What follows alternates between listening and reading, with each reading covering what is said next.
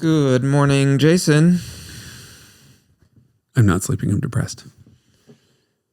Can I get you a therapist?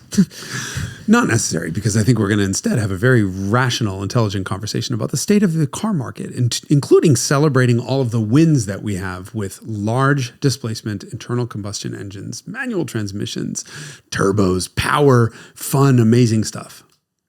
That is not made anymore. And if it is, we can't afford it. Yes, good. We can't have a positive episode when we call it the Carmudgeon show. Okay, well, this one certainly isn't positive. No, but spoiler alert, I don't actually leave the office and jump off the Golden Gate Bridge. Oh. Despite the fact the episode sort of ends that way. I do not condone suicide.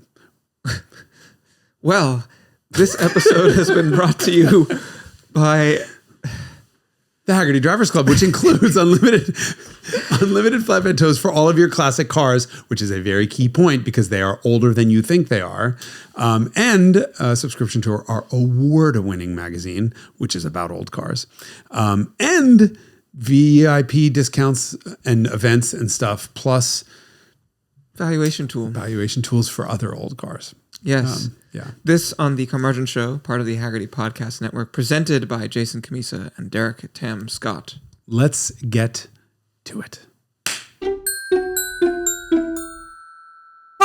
I only wish Jake had hit record earlier. Nothing against Jake, but what kind of cookie are you eating? The Alfa Romeo 75. The Pepperidge Farm 75.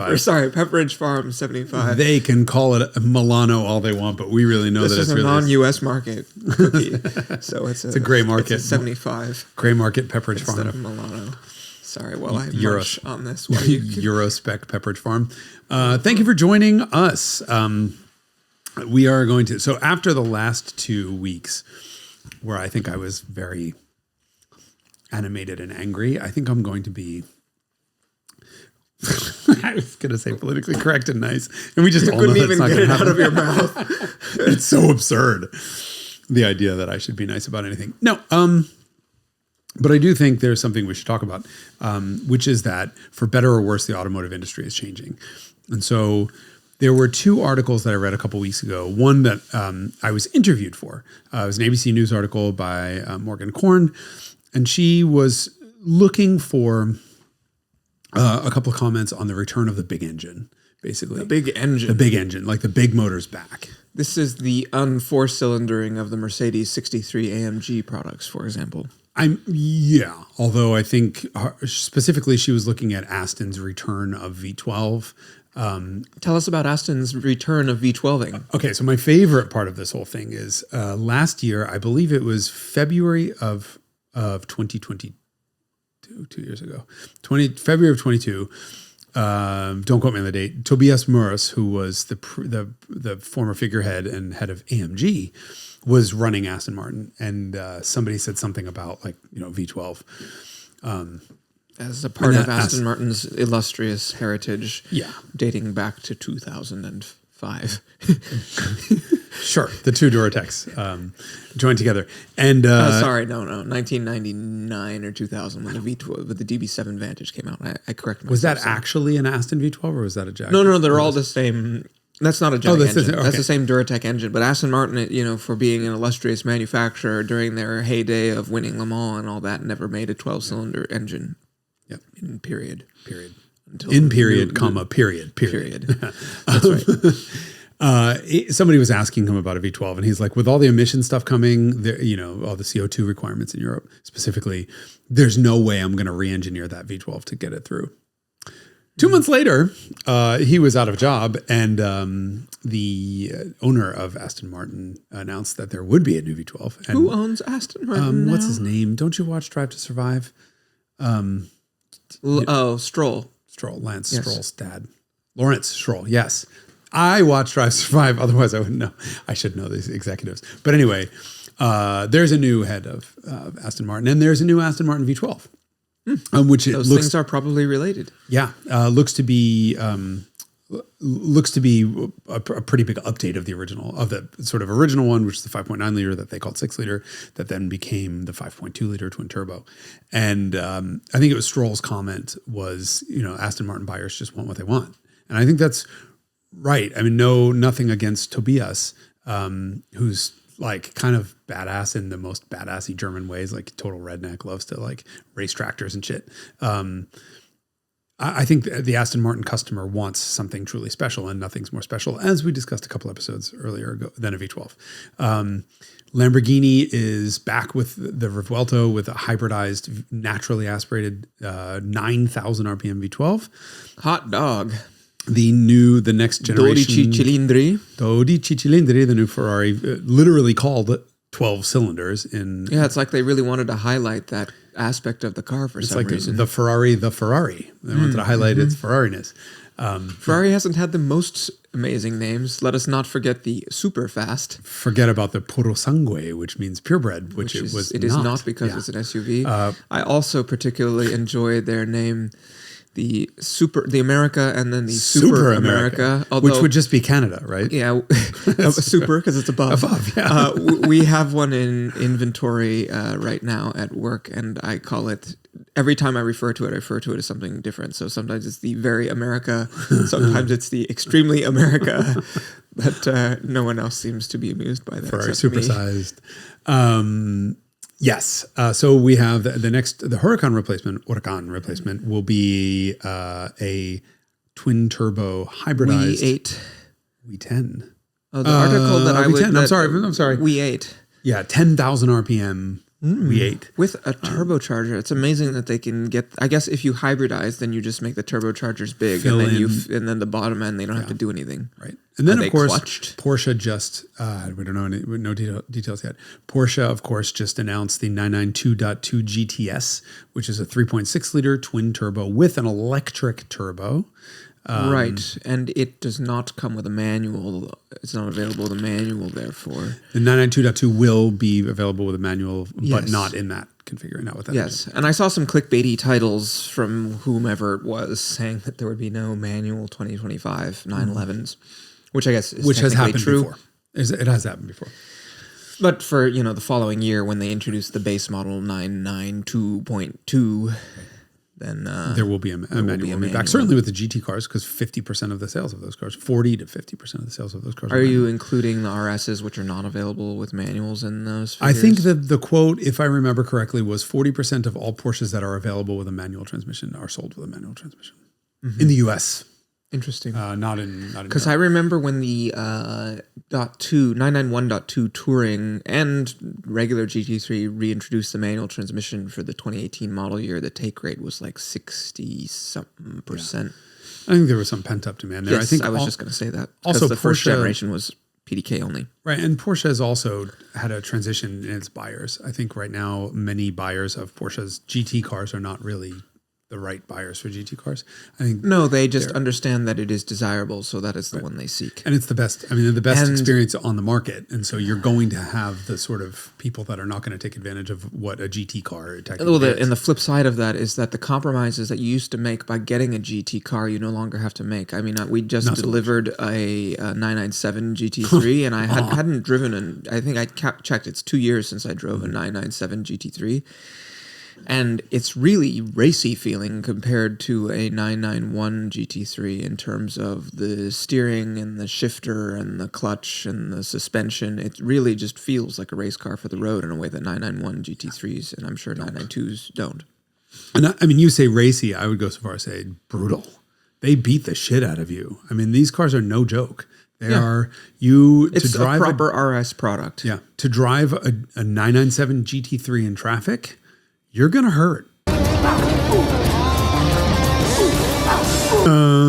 Anywho, enough about all jiggly parts. So, did you just almost spit? No, everything's fine. All the water went down into my stomach and not into my lungs. I did make you vomit once on the show. Let's hope. And cry. And cry. And squeak a couple times. Pontiac endurance test. Speaking of, yes, that was the same. No, that was the... Was that the Pontiac? Yeah, that was the Pontiac endurance test episode. Anyway.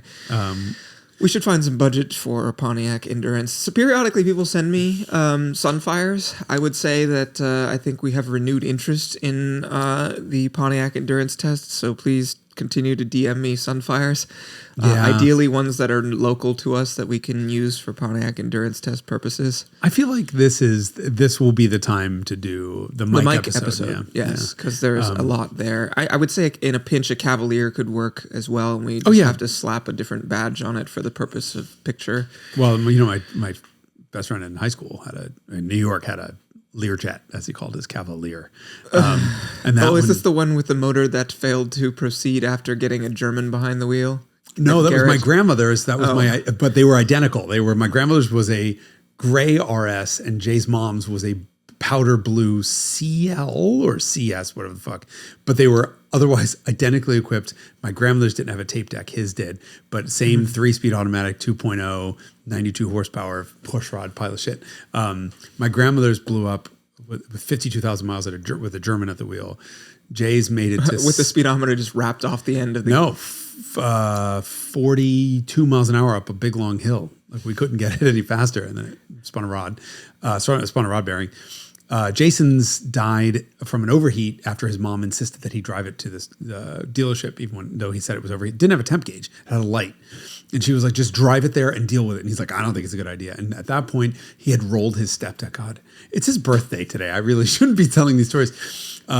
He had rolled his stepdad's company car, Pontiac 6000 STE, down a hill, and she had just fucking had it with him. And she's like, go take it. And it blew up. But that's the one that had survived hundreds of thousands of neutral drops, where he would just sit at the light and just stare at people and be like, right into drive. Anyway, so I'm 100% on board for that. That's not why we're here. So we're here to talk about... We're here to go from one end of the automotive spectrum to the other, which is large displacement engines returning. But not necessarily just large displacement engines returning, right? I was quoted as saying in that ABC News article, and I stand by it, which is that we've sort of realized that electric vehicles have won the race in terms of drag racing, right? If you want speed, there's just nothing close. So let's have a return back to what makes combustion engines so wonderful, which is the sound and the experience of it. And, we talk a lot about EVs on this podcast. I think much to the dismay of some of our listeners, but we are also, and first and foremost, fans of combustion engines. And so we did an episode a couple episodes ago about is it really over for the EV? And I think we both agreed, no. The article, Morgan's article in ABC News sort of quoted Tony Quiroga, who's the editor-in-chief of Car and Driver, as saying, all of the people who want EVs have them. Do you think that's true? I love Tony. I respect the shit out of him. He's my favorite person. He's dead fucking wrong. Yes, there was also a statistic in that article which cited that 46% of Americans would not or were disinterested, or I forget exactly the construction. In buying an EV. Didn't want an EV. Yes, but what she left out of that article, which was very much sort of pro ICE vehicle, was that 41% of all buyers questioned are considering an EV for the next car.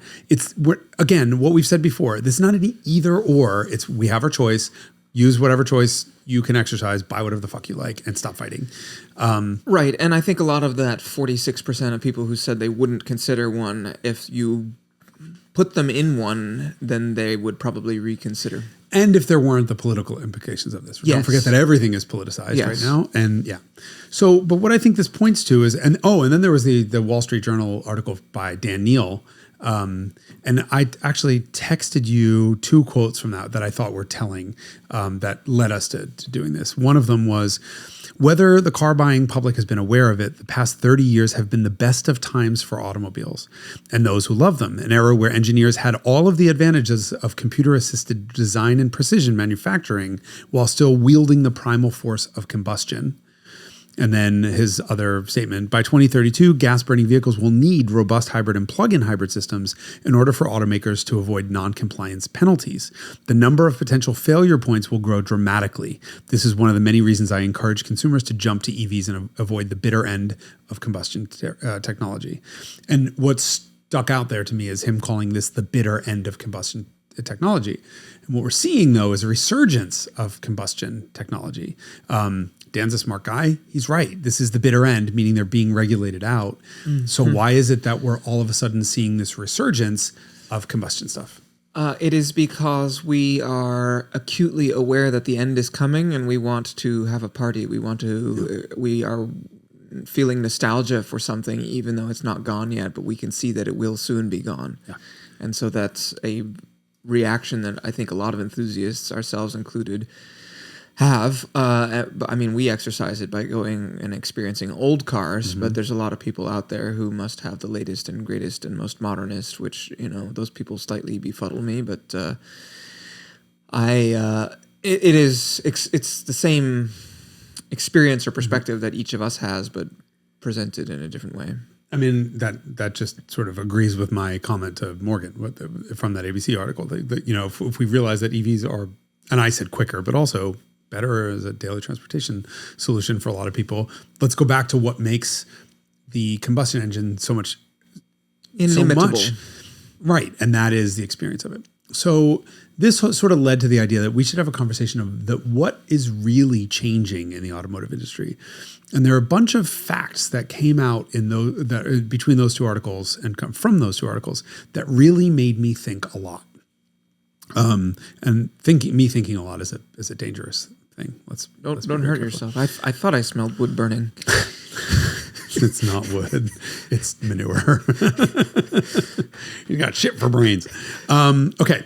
So right now, the average car on the road is 12.6 years old.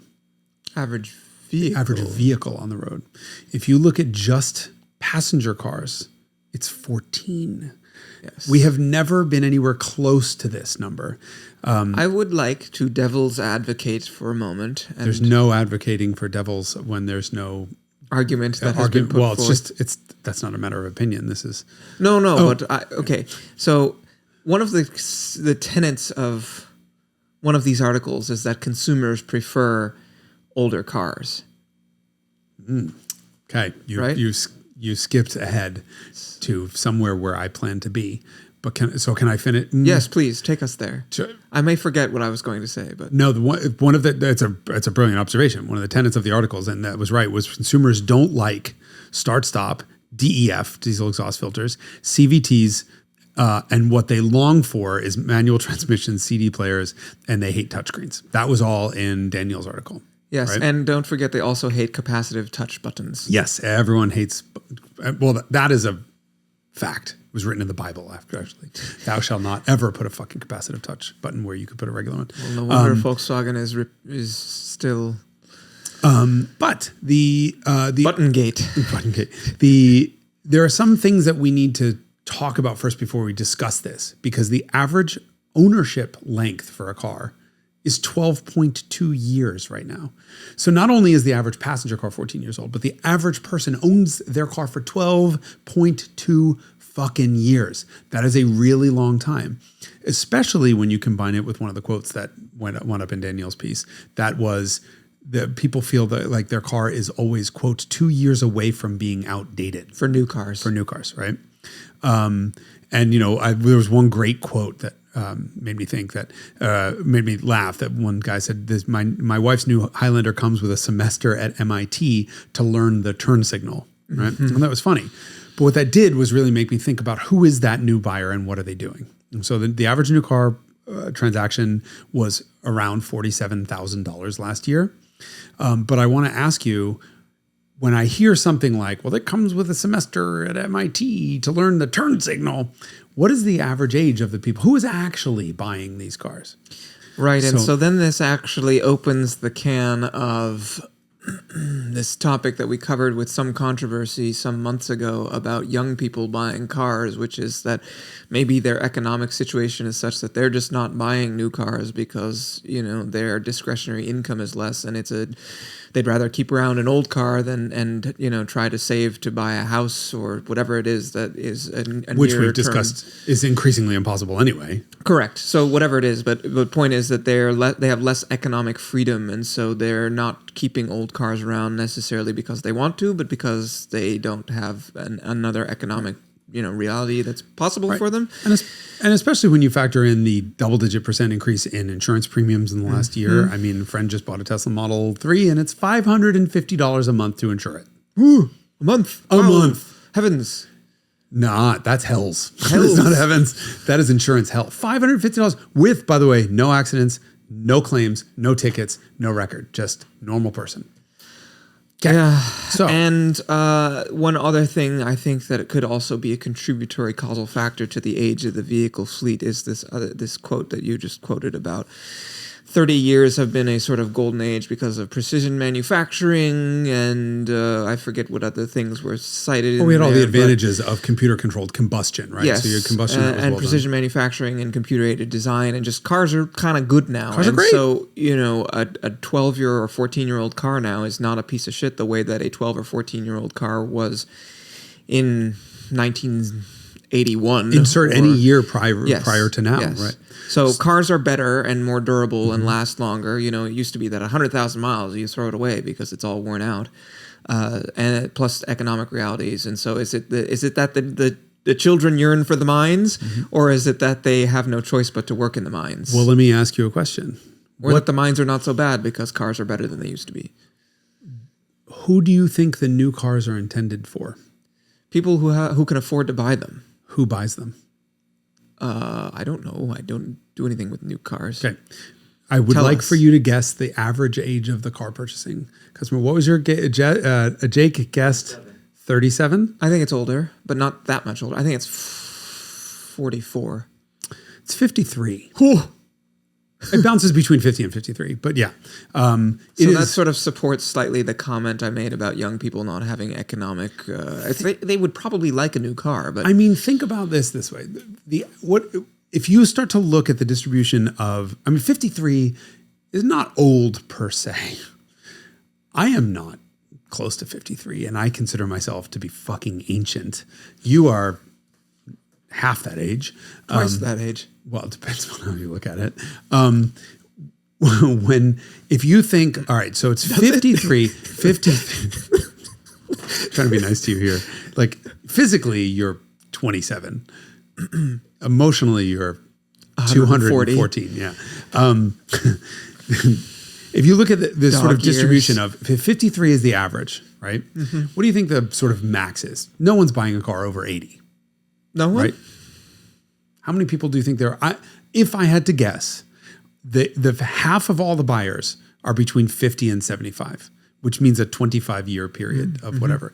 And the other half of the buyers have this 35-year, right? You have a 35-year group. So really the vast majority of people are the median is probably in at 60. If the median buyer of cars is 60 fucking years old, why are these car companies pushing so hard for tech that's inscrutable for people who, quote, need a semester at MIT to learn the turn signal? We're experiencing all of this change in the world, and it's not actually helping the people who are actually buying the cars. And I think that's something we haven't seen before. I think that's why we have so much of this confusion in the car industry, capacitive this and touchscreen that and EV this and whatever else. But the actual buyers of these cars are ancient. Right, and the people who would be potentially open to this newfangled automotive can't afford to participate in the market for new cars. Again, Tesla Model 3, $550 a month. For insurance. For insurance. Yeah. And that was not expected. The quote was $74. Whoa. And the reality is $550. I don't know what the fuck happened. But the 74 was probably just liability or something, like it was some fuck up in communication. But that's a serious... that's a car payment for a major car in the world, according to Cheap Ass Jason. But yeah, I mean, you put in the lease payment, and that's a way over $1,000 a month commitment for a Tesla. Blarg. So you wonder why the people who are buying it are those who I bought a car for $1,300, and I only bought a third of it, so it was $400. Anyway, yeah, well, and by the way, you'll have I'm operating. Right, same, right? I mean, how many cheap cars have I bought through the years that have broken even, or okay, I bought an expensive car. I mean, the most expensive cars I've ever bought prior to the CSI were all far less than the average new car, and each one of them is worth far more than I paid for it. So I sort of participate in the total cost of ownership thing. I should define that. I look at a car's total cost of ownership, which is what I pay for it versus what I'll eventually be able to sell for it, minus what all the things that I have to put into it. I mean, you're valuing your time at zero because you do a lot of stuff yourself. So does Haggerty. So do you. We're fucking wasting my time in this podcast shit. No, but I mean, when you really start to look at where the buyers are of this car, and I'm going to wrap it around to the big motor thing in a second. We really start where the buyers are of the average car. They are old enough to be able to afford, and it's really only the older people, other than the sort of very upwardly mobile young professionals, who can afford to buy these cars. And those who can afford to buy these cars often can afford to buy way bigger cars than the younger people do. So I bet if you looked at the six-figure cars, the cars that are priced at anywhere from $100,000 to $1 million, I bet the average age is probably 65 to 70, and that's why we're seeing a resurgence of the big motor cars, because they're really expensive. Nobody's making a 3.5 liter V8 or a 5 liter V8 for young kids anymore, right? Young kids aren't buying cars, right? So when you get this 65-year-old or 75 or 80-year-old buyer whose time's ticking. Hey, you want a 911 I want a blast. You want a 911 ST? It's the best experience you can have before you fucking hit the ground, right? We're 6 feet under the ground. I'll pay $300,000 over sticker, and I'll pay $600,000 for a 911 ST because I want that experience before I die. And I think that's the research. I'm just thinking about the people I know who personally that I know. None of them really match that. I don't know if they're outliers. It may also be because we're in the Bay Area where there's a lot of young money. Very yes. I don't think you typically see that. Yeah. That sort of. But there's a lot of guys like in their 40s and 50s. I think about the people I've sold like 991 GT3 RSs to and stuff. None of them are really old farts. I think, okay, so GT3, even though it doesn't have the compromises that a 997, to your earlier point, GT3 does. Is a focused, pure, younger demographic. It's not a 911 turbo. I bet the 911 turbo buyer will definitely be. I mean, you have Walter Röhrl, who's like, oh, this is the best 911 I've ever driven. And I'm like, he sounds a lot like Arnold Schwarzenegger. Get down. I must shift with the battles. I wish I could do better, Arnold, but you got it at least. It doesn't matter. But all Germans turn into Arnold, especially Austrians. Even though he's Austrian. I said, even Austrians. I mean, the average age of I would bet that the average age of a 911 turbo buyer is 70. Yeah, I right. wouldn't And contest. so when you're talking about, you see these sort of things. Aston buyers are old too. Ancient, well, I mean, I don't know any Aston buyers in the last couple of years. The last generation of cars, I think, was not up to Aston standards. Can't wait to drive the new Vantage because everything I've heard so far about it from people I trust is like Henry Catchpole did a thing with it. Everyone seems to love it. But the Lamborghini stuff, even Lamborghini buyers who are typically young and reckless and kind of nuts, they're certainly older. But where's the old and reckless stuff for the rest of us? We're not seeing. Well, the automakers have wisely noted that nobody else can afford to buy anything, so they're designing things that appeal to old folks. Yeah. I guess is that the punchline? Is this episode over already?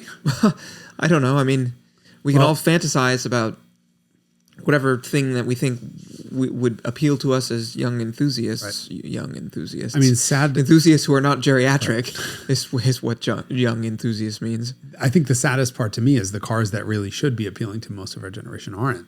I mean, I don't see BRZ and GR86 sales going through the roof, and that's everything that all of the young people should want.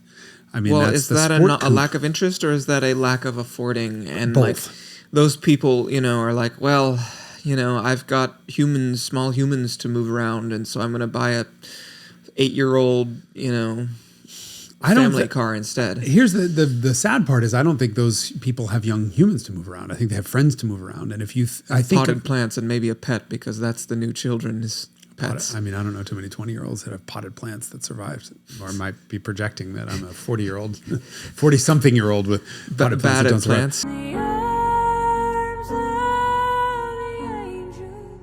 No, but I really think that the GR86 is the best of the sport compact genre, and that genre is dead. But that was always the sort of college student car, right? 21 to 20 years old to 30. Back when you could work for a summer and pay for tuition and have a little bit of money left over for a car payment, but you can't do that anymore. So I think sadly, Toyota and Subaru have made the best sort of sport compact ever, but the market is not there to buy it. So what's everyone buying? Old stuff. Old cars. Right. So you said earlier, and I interrupted you, that this was all based on the predication.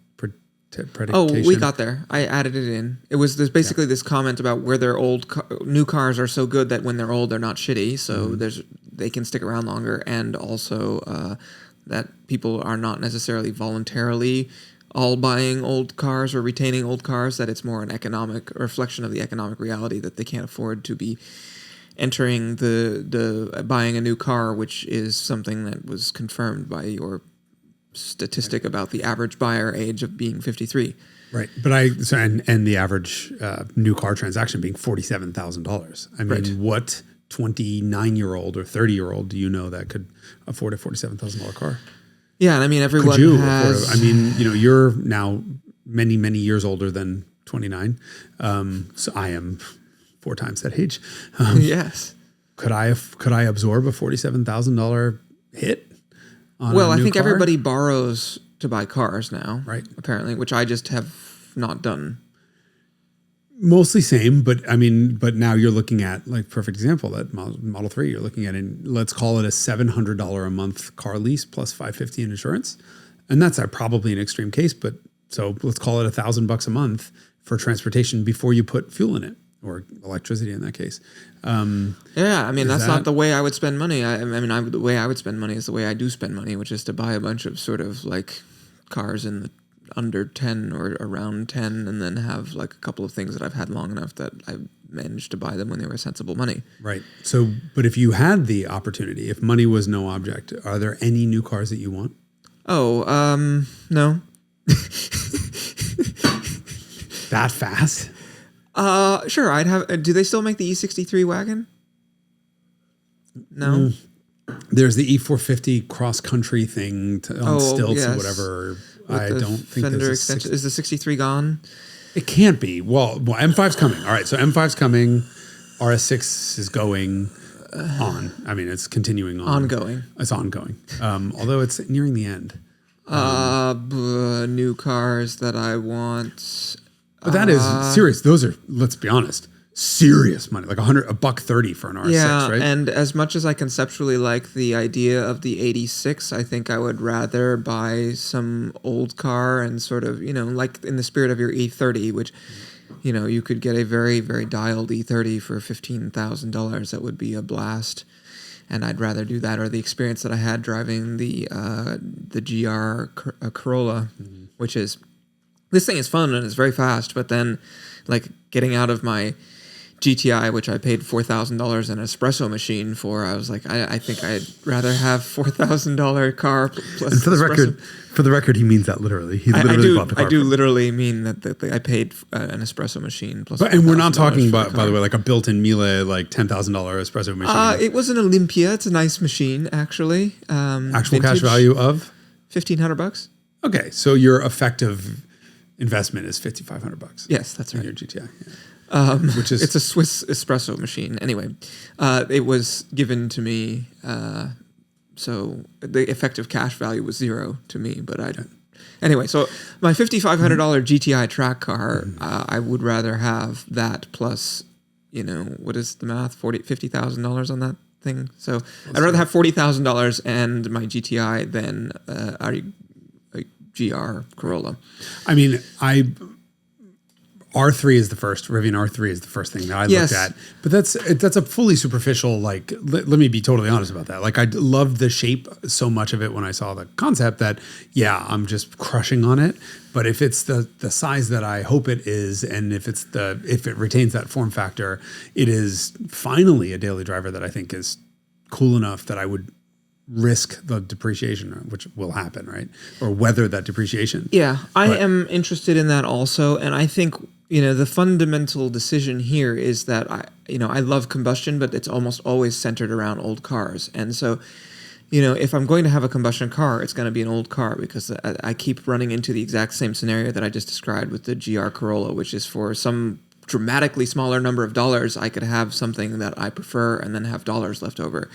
And so the time where it starts to finally sort of be like, well, I think in terms of substitutability, what else could I do with it, or capital budgeting, right? What else could I do with these resources, with these dollars instead? And the place where you can't really substitute is with EVs, because there's not a lot of old EVs, certainly not that are interesting. And so the Rivian starts to sort of pencil in that sense, because you can't do the Corolla versus GTI thing, because there's no old equivalent where Meaning you're like, I'd brand rather new GR Corolla versus Mark V GTI. Yes, for cheap. correct. Yeah. Exactly. There's no equivalent comparison you can make with an EV, since there's so many. The EV market is still pretty, I would say, early.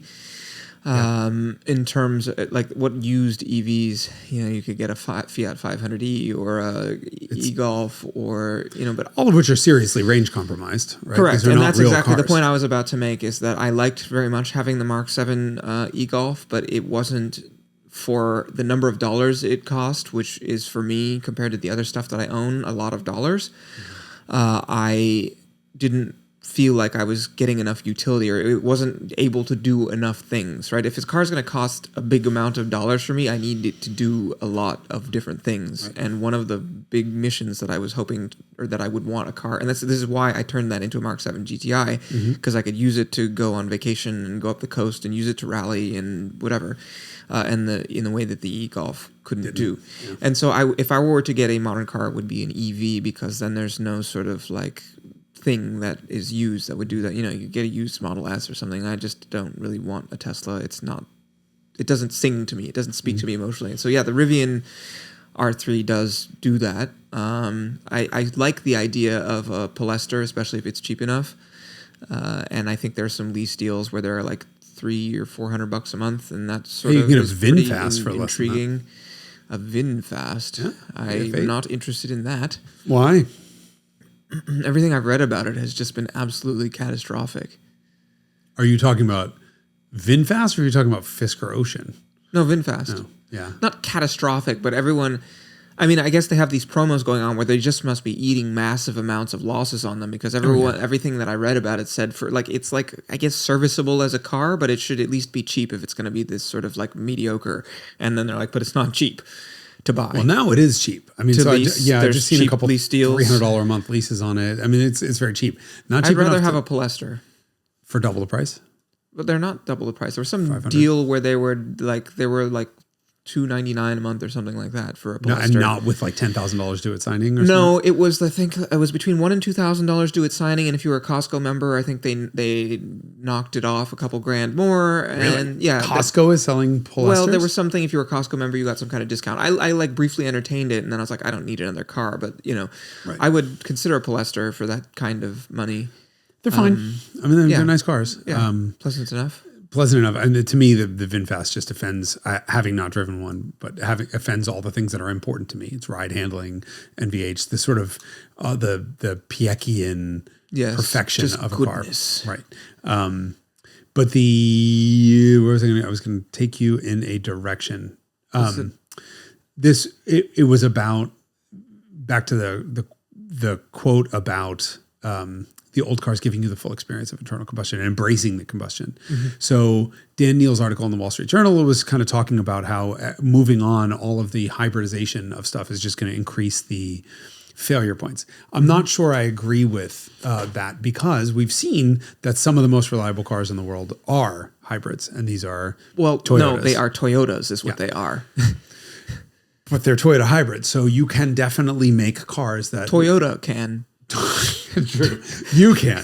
Toyota can definitely make anything reliable. Yeah, but I mean, how established are internal combustion engines at existing, and then how much does someone choose Stellantis, for example? Think about all of the issues that Stellantis could produce, or BMW with service engine soon lights. There's all these people who are pretty good at making internal combustion engines and still manage to have incredibly poor customer satisfaction because of the number of problems per 1,000 vehicles. Mm-hmm. If you ask those people to then add hybrids on, if they can't even get a gasoline powered car to stick, then what? Right.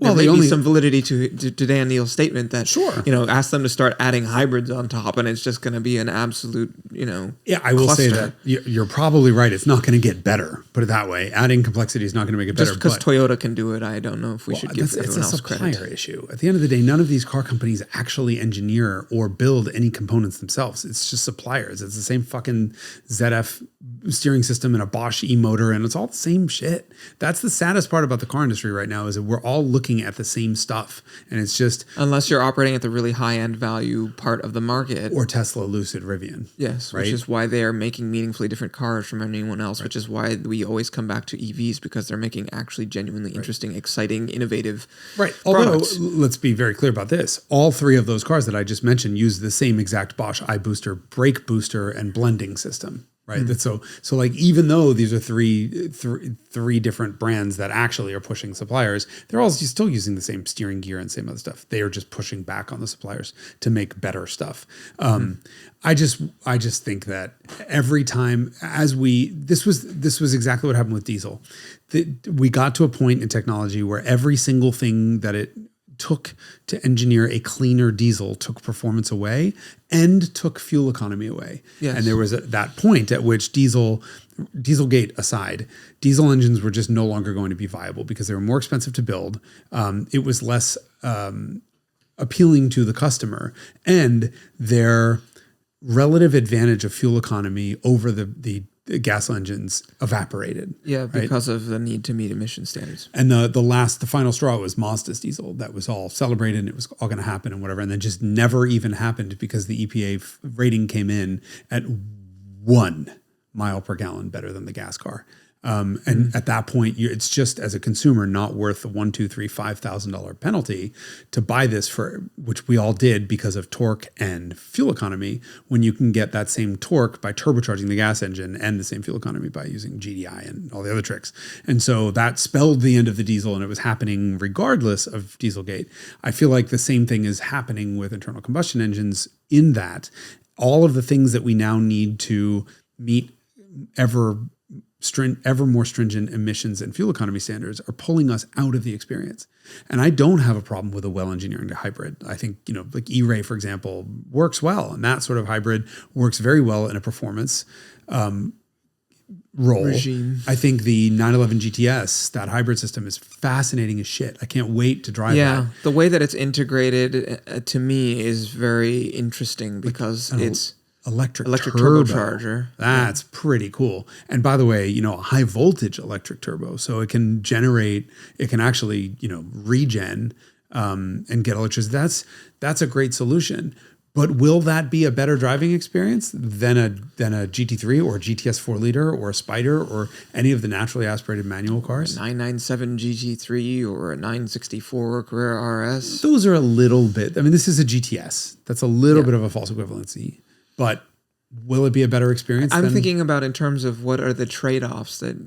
Okay, I'm just thinking in terms of new stuff. Like, will the GTS 4-liter with the electric turbos plus the electric boost plus the electric this plus turbos plus all the rest of the shit and that goes into that with a PDK actually be a better swan song end of the world celebration for internal combustion? Oh, I see. Than if they would have just put a naturally aspirated 4-liter in it. Yeah.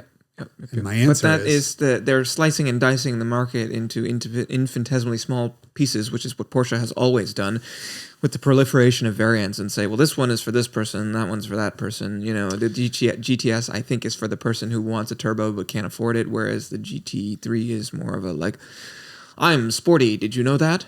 I'm not sure I agree with that. I think the GTS is a reaction to European CO2.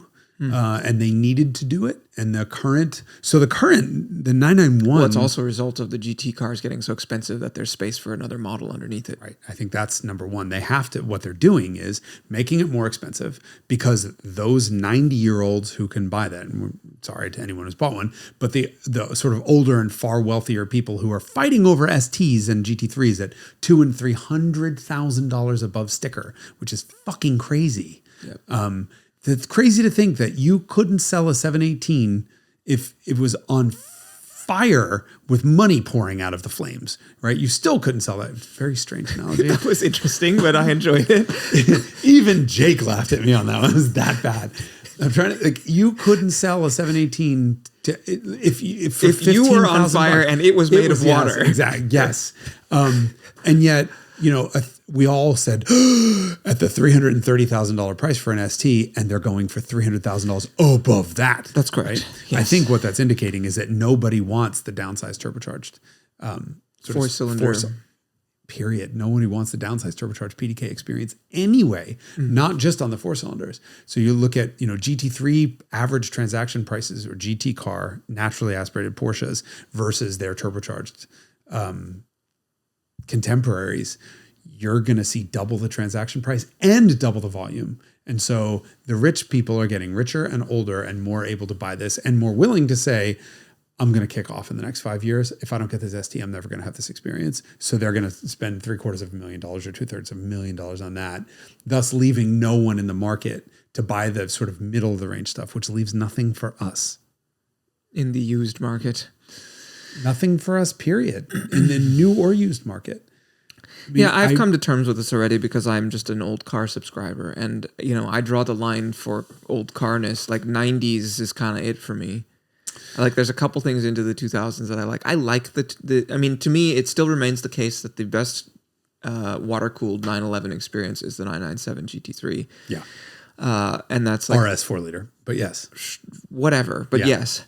And I just, there's not that many cars built after 2000 that really tickle me in that way. So I'm trying to come up with an icon. So I've subscribed to a certain episode count of each of the shows of Revelations, Ultimate Drag Race Replay, and Icons. And so we did an Icons on Pontiac, and I thought, okay, that's the sort of big, let me just pull out all the stops, make this really expensive, make it all difficult to pull off, and then let's keep the next three sort of back to the original formula, which is a car. And Esposito and I were talking a lot, and I realized that there are so few cars that we are even remotely interested because you always choose a new car as the centerpiece. We try to, yeah. Yes. Typically. That was the whole point of Icons. So when we pitched these shows originally, Icons was the new car review, the sort of 30,000 foot, put everything in perspective, drippingly gorgeous as much as we can with budgets that we have, new car review. And then Revelations was, we'll sit in a studio with somebody's old car so I don't have to slide it around and tell the story about how this car was created and what's interesting. And then Ultimate Drag Race would use press cars exclusively. So that's the new car, we can just get the drag race stuff done. And that's a play for eyeballs, right? People love drag races. It's easy to do with new cars because if we break them, we give them back to the manufacturer and say, this is your fault. It's an automatic. It broke itself. It's getting harder and harder and harder to do Icons because we don't give a shit. And so, yes, of course. Yeah, so the ones you have done have been like the new Z and the Corolla GR. We did GR, we did GR86, we did combined with GTI, we did Lucid, we were supposed to do Rivian and that didn't happen. Genesis, which did terribly view count wise. That was a story that I wanted to tell, right, with the XL and the whole thing. But the reality is, like at the moment, we've asked Ferrari for 12 cilindri, the 12-cylinder, and oh no, we have a static one, but not till later in the year. We've asked Lamborghini for Revuelto, radio silence. We're working with a dealer on that because Lamborghini doesn't want to talk to us. This is where we are right now. What is out in the market that rises to the level of an icon? 911 ST? Absolutely. Do you think anyone gives a shit about another goddamn Volkswagen Beetle-shaped car that only rich people can have? Like, we're trying to appeal to a large amount of people here and put this car in front of the review in front of a lot of eyeballs and celebrate it. But it's really difficult to do when they're selling for $300,000 over the already unattainable $300,000 purchase price. That puts me in a really tough position because I'm in the business to review and celebrate new cars, and there's fuck all to do. And when I do find something interesting like Ioniq 5N, no, everyone revolts. Fuck that electric thing. I don't care that it does 0 to 60 in 3 seconds. I could put a turkey in a microwave and zap it faster than I could by frying it, but I want to fry it. Like, everyone's getting all mad about it.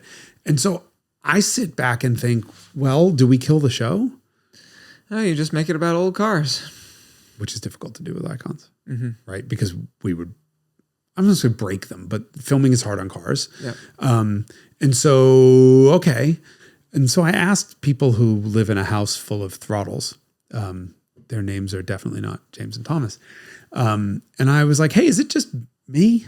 Like, or is this kind of nothing that anyone's interested in except for the tech weenies who love the EV cars, the Tesla Rotties who love Tesla, the people who fucking hate Tesla who will watch anything Tesla related just so they can bitch about it, and then everyone fighting about everything and everyone hating anything? Or am I just missing something? And there's sort of agreement there. Like, do I think I'm going to waste that's tough. Am I going to spend the resources filming an icons on an Acura RDX?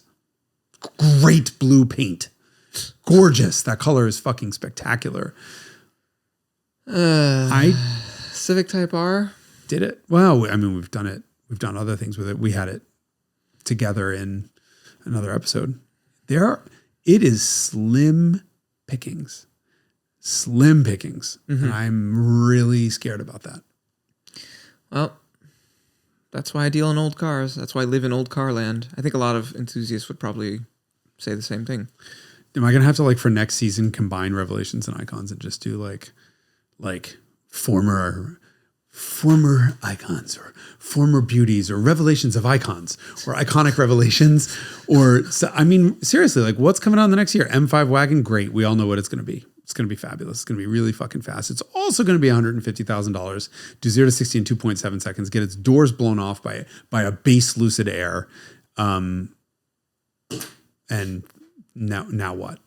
Well, okay. That sucks. I mean, yeah. Am I excited about Gordon Murray's cars? Yeah, very. Am I excited about, like, new Bugatti? Absolutely. But what's left? Am I excited about a new Aston V-12? Kind of. If it comes with a manual, and it will. Like, okay, there we go. But where's the next Miata? Where's the next RX-7? All gone. Nobody's buying those things. Nobody can afford it, as we talked about. Yeah. And that's why the average passenger car on the road is 14 years old.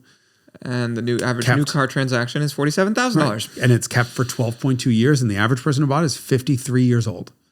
And the people who are buying younger stuff are buying RAV4s, CRVs, Civics, and just sort of workaday CHRs, just workaday stuff that everything looks exactly the same. And if you make something great, like an GR86, no one buys it. No one can afford it. That is really scary. Mm-hmm. Well, that was uplifting. Thanks. Fuck. I'm leaving. Do you want to turn this on? Nope. You don't want to put this in a positive light? Well, okay. Thanks for joining us on this episode of the Carmudgeon Show. Jason is currently jumping off a bridge. No. You know, I would, but they just put nets on the Golden Gate Bridge. So you only make it halfway down, you break your back, and then you're like trying to crawl your way across the net and go the rest of the way. I don't mean to end the episode on that sad of a note, but it's the way it is. And this is the world we live in, and it kind of blows. Well, yeah. Go buy old cars. That's what I do. That's what you do. Everything's fine over in that land. Okay. And insure them with Haggerty.